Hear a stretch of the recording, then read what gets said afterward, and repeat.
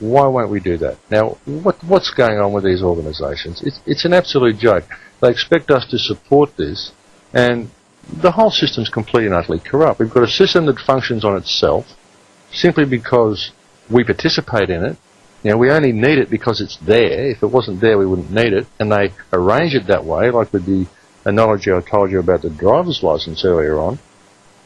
And they just go out and they kill millions and millions of people and steal resources that we don't even need. We don't even need oil. We've got so much alternate energy, and the technology is so far in advance than what they tell you that we don't need any of the resources they're out there stealing, okay? Not to function as a human race, as this society. We don't need any of them.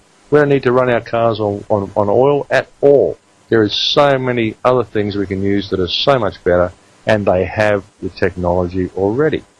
So, you know, it's a completely ridiculous system. Absolutely ridiculous. And the reason it's in place is for sacrifice, which is what all the wars are about. They're all about sacrifice. And all of the other stuff is just basically the ritual generation of energy from us. They use us to create energy and to channel energy. And this is all another thing which is probably to do with 2012. But who knows? I mean, as I touched on earlier with 2012, a lot of people seem to think something very, very major is going to happen in 2012. And something very well could. Something very, very well could. But you cannot sit back and wait for it. You can't sit back and wait for it and watch the world just deteriorate around you and just ignore what's going on in Palestine, just ignore what's going on around the world, ignore the food codex coming in, because the food codex affects every single man, woman and child on earth. And very noticeably, I was reading an article just the other day where they are calling for only organic food to be served at, it might have even been the White House, somewhere like that. They're calling for only organic food to be served there. This is just a few months before the introduction of Codex, which is going to be feeding the rest of us genetically modified food. So that should be a little bit of a sign for everybody as well. It might have been at the Palace, the British Palace. I can't remember. I'll have to go and look up the article and I'll see if I can remember to mention it to you next week. But that should be a bit of a telltale sign as well. Like, I've got a lot of information about this on my website, thecrowhouse.com. I do urge you to go there and have a look. There's a forum there as well where you can go and chat to like-minded people.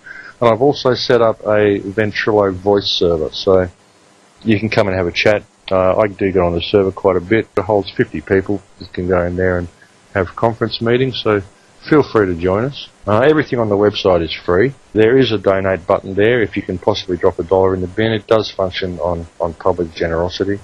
I've pretty well depleted my resources doing most of it, so but all the information is there. I update it daily, and I am always bringing new information to the website.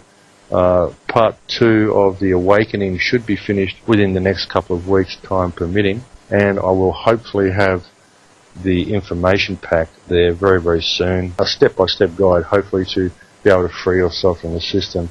Carrying on the show that I had last week where I was talking about maritime admiralty law and the straw man.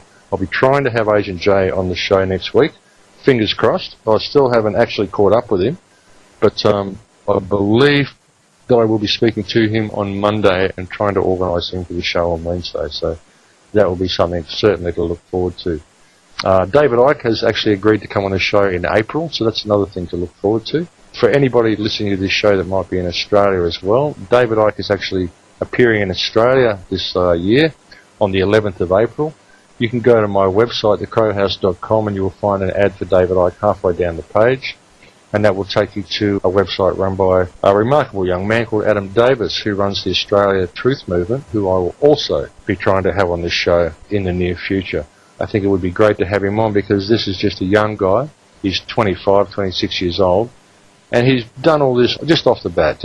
And again, it's another thing showing that just an ordinary person, nobody special, can make a difference. So all of you out there can make a difference against this machine that we're fighting, this Leviathan that seems so big and impossible to conquer, is actually a very, very fragile thing, and all of you can make a difference. And the more positive energy and love energy and good frequencies we can generate, the more we are holding it back. That's why it's only really important for you to wake up. I mean, I keep saying, yes, go tell your friends and do this and do that, but I mean, ultimately, if you don't want to, just wake yourself up. Look within yourself, but make sure you don't do nothing.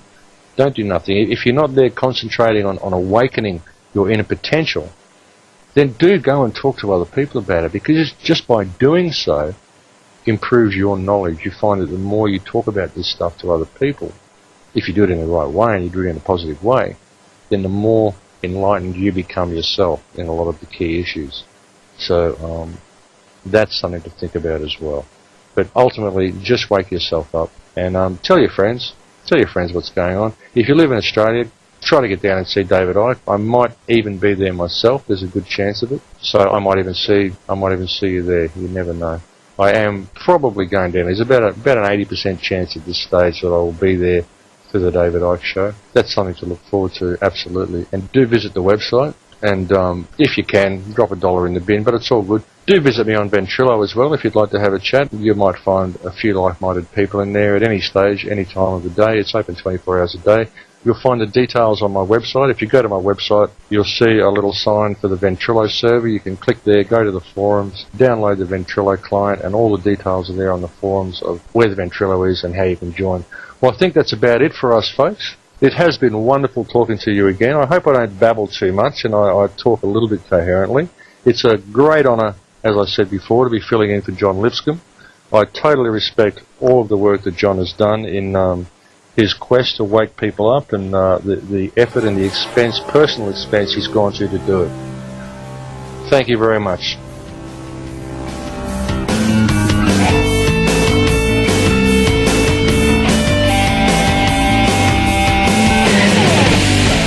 You've been listening to Don't Tread on Me, hosted by Big John Lipscomb. He's drawn his line in the dirt.